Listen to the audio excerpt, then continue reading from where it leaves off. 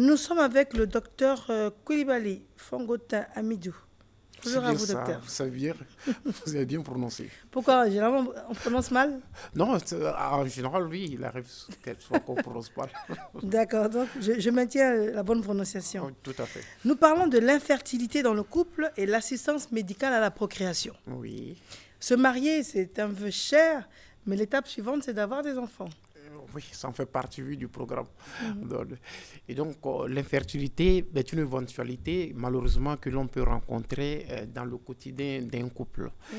Et quand on sait la fonction aussi importante de l'enfant dans la stabilité d'un couple en Afrique, partout d'ailleurs, mais essentiellement en Afrique, où ce sont des familles très souvent qui sont concernées, on voit bien que le problème d'infertilité est quelque chose de très très important et pour lequel il faut trouver une solution quand c'est possible.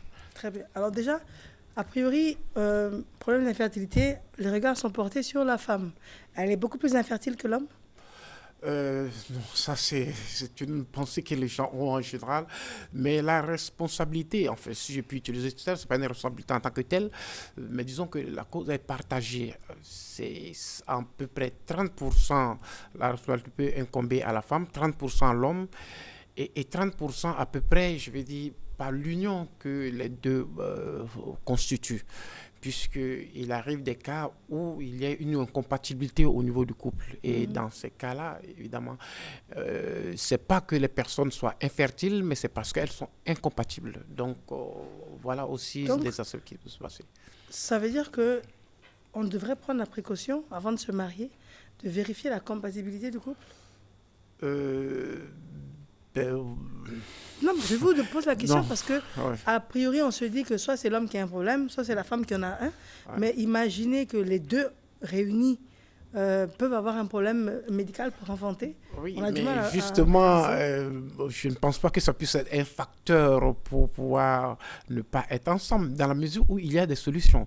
Donc, D'accord. voilà, je pense que l'amour doit demeurer prédominant dans l'union. Et lorsque le couple présente quelques difficultés et que c'est dû, par exemple, à un problème de compatibilité, eh ben, l'exploration au niveau du couple peut démontrer cela et puis prendre des solutions idoines pour que ce couple puisse éventuellement obtenir leur désir d'enfant.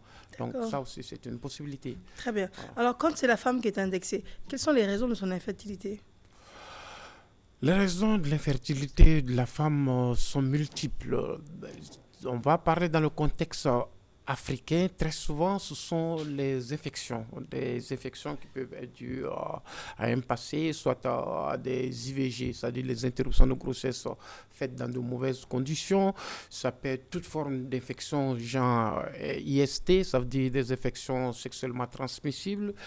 Ça peut être une malformation au niveau de l'utérus. En fait, les causes chez la femme sont nombreuses et il y a aussi l'obstruction, par exemple, tubaire, ça veut dire au niveau des trompes. Si la femme a une obstruction à ce niveau, il est impossible que les spermatozoïdes puissent évidemment aller rencontrer l'ovule et procéder à la fécondation. Donc, D'accord. tous ces cas-là constituent pour la femme un handicap au niveau du projet parental de procréation. Et chez l'homme? Chez l'homme, les causes sont multiples. Les causes sont multiples. Il y a d'abord, c'est valable pour les deux d'ailleurs, le tabagisme, l'alcool. Il y a les Le infections, toujours. tabagisme peut rendre infertile. Ah oui, le tabagisme peut conduire aussi à l'infertilité, participe à ça. C'est un tableau, en fait, c'est un ensemble, c'est un cocktail de facteurs qui, associés, peuvent aboutir à ça. Vous savez, dans le monde dans lequel nous vivons aujourd'hui, qui est presque du tout chimique, il y a la pollution atmosphérique déjà qui va contribuer à l'altération des gamètes, ça veut dire des cellules sexuelles. Il y a la nourriture que nous consommons aujourd'hui qui est pleine d'hormones de tout genre. Et il y a tous ces aspects-là. Et même à certains moments, chez les hommes, par exemple, le simple accoutrement, ça veut dire porter, par exemple, des habits ou des jeans très, très serrés qui va augmenter la température au niveau de... Vous voyez, notre organisme, en nous, la température est de 37 degrés. Mais si on prend, par exemple, les cellules sexuelles qui se trouvent dans les testicules, par exemple, c'est la température de 35 degrés. C'est fait exprès, c'est pour ça que c'est à l'extérieur. La montée d'un seul degré de cette température au niveau des cellules peut bloquer la spermatogénèse, la fabrication des spermatozoïdes. C'est pour ça que professionnellement, il y a certaines professions qui peuvent conduire plus à une infertilité que d'autres. Donc, tout ça, ce sont des aspects qu'il faut savoir. L'alcool aussi, tous ces éléments-là participent. Et il y a des maladies, par exemple, telles que les oreillons. L'oreillon, par exemple, chez les hommes, s'ils ont l'oreillon après la puberté, 25% des personnes qui ont l'oreillon après la puberté peuvent être stériles. Donc, voilà, et bien d'autres. D'accord. Voilà. Alors, quand on détecte tous ces facteurs, il y a des solutions. Vous nous avez expliqué cela. Maintenant, quand on parle d'assistance médicale à la procréation, oui, l'assistance médicale à la procréation fait partie de l'ensemble des possibilités que l'on a pour le traitement. D'abord, il y a le traitement médicamenteux. Il faut passer par là. Quelquefois, très souvent, si c'est une infection simple, on n'a qu'à soigner, à corriger l'infection et puis la fertilité revient. Mais lorsque maintenant le processus médicamenteux ne peut pas résoudre le problème, on passe à une autre. Ça peut être aussi chirurgical. Quand c'est chirurgical et que l'on traite, par exemple, je vous ai parlé de l'obstruction tubaire chez les femmes, lorsqu'on arrive à retirer cette obstruction, évidemment la fertilité revient. Et maintenant, lorsqu'on passe par toutes ces méthodes, parce que quelquefois il y a des stérilités inexpliquées, quand on passe par toutes ces méthodes, maintenant, on n'a pas le choix, on passe maintenant par des techniques. Et c'est là où on passe de l'assistance médicale à la procréation, où il y a des techniques assez bien précises, et parmi lesquelles on peut parler, par exemple, de l'insémination. Oui. Ah oui, l'insémination. Là, ça montre plus l'état des spermatozoïdes d'un individu. Voilà, donc nous avons là un ensemble de spermatozoïdes parmi lesquels on trouve des spermatozoïdes, par exemple, qui sont anormaux. Donc, et tous ces éléments-là sont très importants parce que les spermatozoïdes anormaux ne doivent pas féconder, ne doivent pas, et peuvent, mais ne doivent pas. Souvent, ils ne peuvent pas. Et c'est là la nature se charge bien. Et c'est pour cela que quelquefois, on peut avoir, par exemple, des fausses couches. Lorsque un spermatozoïde anormal arrive à féconder un nouveau site, ça veut dire chez la femme, ça ne conduit pas forcément à une grossesse qui aboutit. Et c'est ce qui conduit très souvent à des fausses couches. Et ça va surprendre si je dis c'est tant mieux. Parce qu'effectivement, quelquefois, il faut accepter les fausses couches parce que si l'enfant qui devait naître arrivait à naître, on pourrait avoir des enfants qui peuvent être des enfants monstres avec tout ce que l'on peut imaginer et que l'on voit quelquefois dans la presse avec des images un peu sensationnelles d'enfants avec des malformations. C'est dû au fait qu'effectivement, des spermatozoïdes qui ne devraient pas le faire arrivent à le faire. Et ça, par exemple, l'âge de la femme est un facteur prépondérant dans la survenue de ce type d'événement. C'est pour ça, pour une femme, l'âge de plus en plus tardif pour pouvoir avoir les enfants dû à des études longues ou à bien d'autres raisons constitue un handicap. Nous discutons avec le docteur Coulibaly Fangotin Amidou. Et j'ai encore bien prononcé, je suis bien contente. Alors, on parle de l'infertilité dans le couple et l'assistance médicale à la procréation. Donc, ça veut dire qu'aujourd'hui, c'est fort possible de régler tous les problèmes en se faisant assister. Oui, la plupart des problèmes, encore nous sommes soumis à la volonté divine dans ces tentatives-là. Donc, c'est à la suite de ce qu'on appelle un bilan de stérilité que l'on va faire le choix de la technique appropriée. Et comme je l'ai dit, il y a d'abord l'étape qui peut être médicamenteuse, quelquefois simplement par même des conseils. Vous savez, par exemple, chez les femmes, surtout, la cause de l'infertilité peut être même un choc émotionnel. Donc, il faut faire une approche, voir d'abord par quelle méthode simple pouvoir trouver la solution avant de passer aux autres techniques. Et c'est très important parce qu'on voit des personnes dire je voudrais savoir quel est le prix de telle ou telle technique. On dit non, c'est pas ça. Il faut faire un bilan de sérénité et c'est le bilan qui va permettre d'orienter vers le choix de la technique.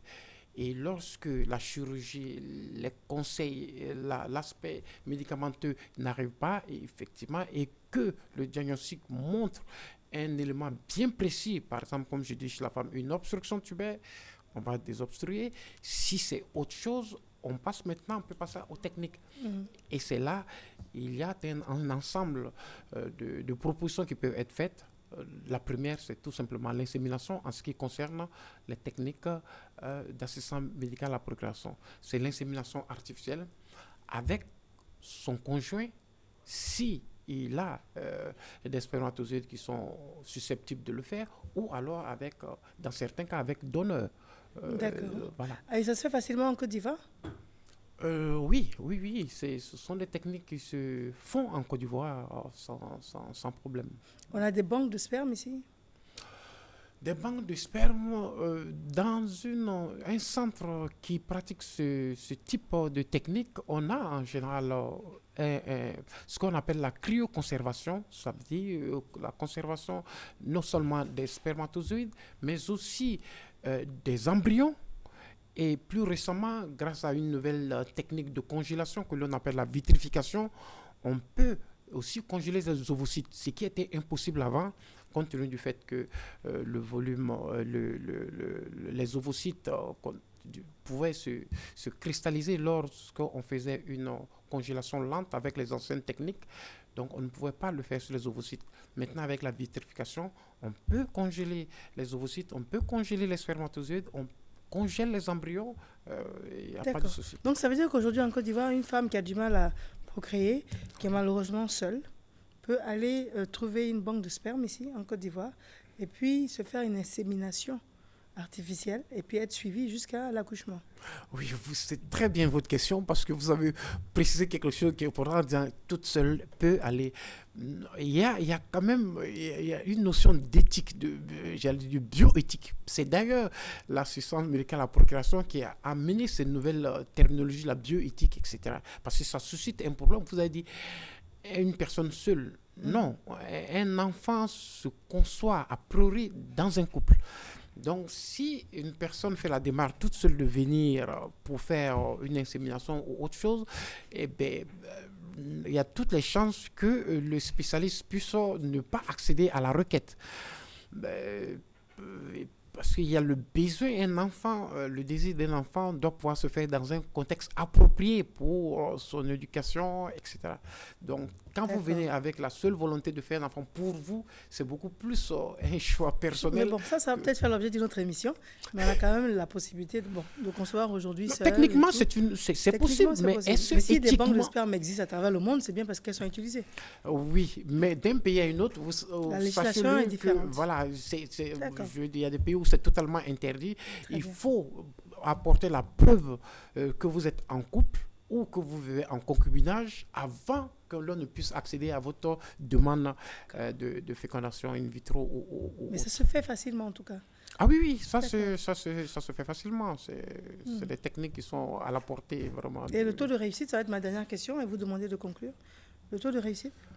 Le taux de réussite en fonction des techniques. Pour l'insémination artificielle, par exemple, qui est le BABA le plus basique, le taux de réussite va tourner autour de 10 à 15%. C'est assez faible, on peut comprendre, mais c'est dû au fait très souvent qu'il y a quasiment peu de spermatozoïdes, par exemple chez les hommes. Dans ces cas-là, il faut concentrer les spermatozoïdes avant de pouvoir procéder à une insémination.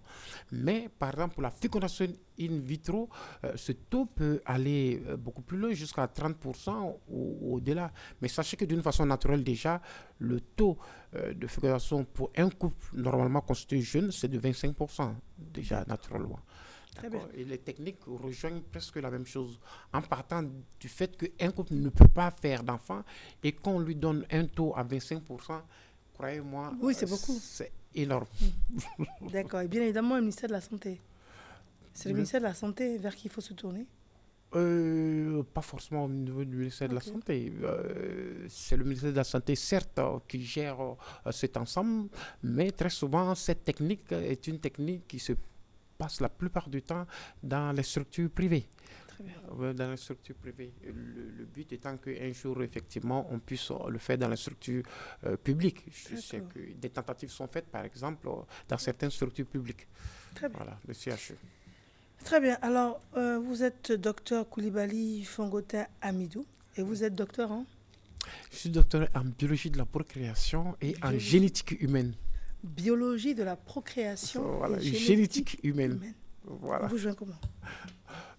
Au 07 19 90 71. Le 07 19 90 71. Très bien. Merci Voilà. à vous. Je vous en prie, madame. C'est moi qui vous remercie. Je vous en prie. Merci pour votre amabilité. Merci bien. Merci.